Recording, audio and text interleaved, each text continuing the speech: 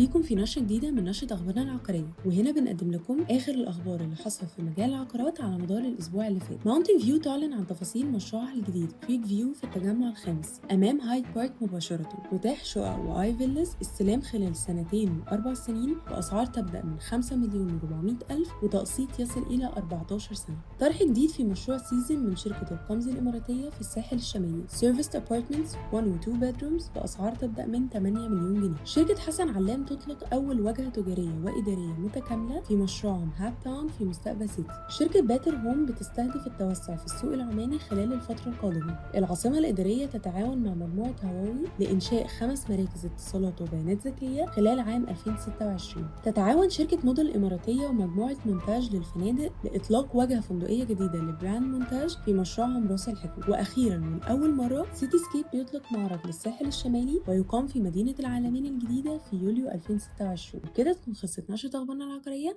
استنونا الأسبوع اللي جاي في نشرة جديدة.